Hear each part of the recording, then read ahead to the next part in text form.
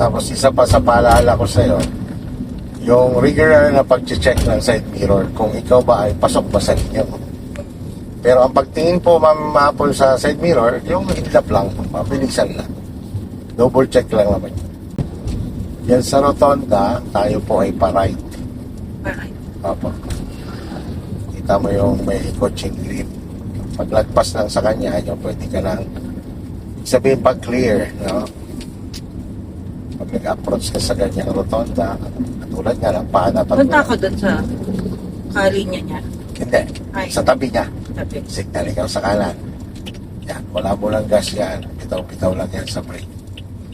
Tapos, siyempre yung right of way na sinasabi. Sino yung nauna? Dito tayo. So, tiyap sa kanan ha. Wala. Go. Dito tayo sa outer lane. Tapos may arco dyan, Ma'am Apple. Dito lang tayo sa outer lane. Yan. Yung arco na yan. Pasok po tayo dyan. Saan po? Ito. Right. Right.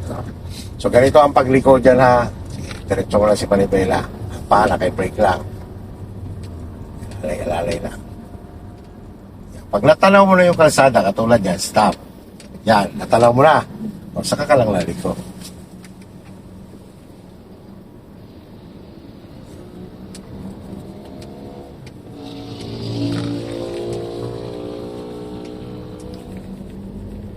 Okay, so ito naman, since narito ay private road naman, kung wala kang kasalubong, pwede mong sakupin yan. Once naman na ikaw ay may kasalubong, ang una mong gagawin dyan, susulyapan mo agad to para matansya mo kung gaano kalaki yung ikigilid mo. Isang mata nun doon, tingin dito, doon, habang kumigilid. Tapos kapag may kasalubong slow down siya. Tatansyahin mo kung kasya ba kayong dalawa. Pag hindi kasi, halimbawa, sagad ka na dito, tigil ka muna. Palagpasin mo muna siya. Pag lagpas niya kasi, pwede kang kumain uli, pakaliwa di ba? Tapos dyan, mayroon tayong kakaliwaan dyan, blind corner. Sabi, hindi mo talaga kita ang kalsada. Kasi naligaw sa kaliwa.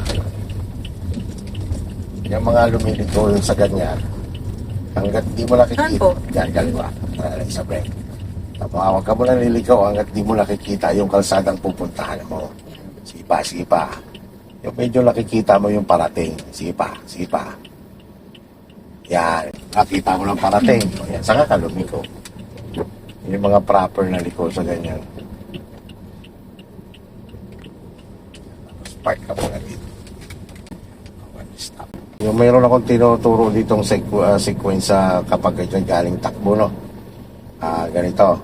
Di ba inapakan mo si brake, lagay mo muna sa neutral. Tapos handbrake mo muna. Ayan. Hindi, tama na yan, neutral. Handbrake mo muna.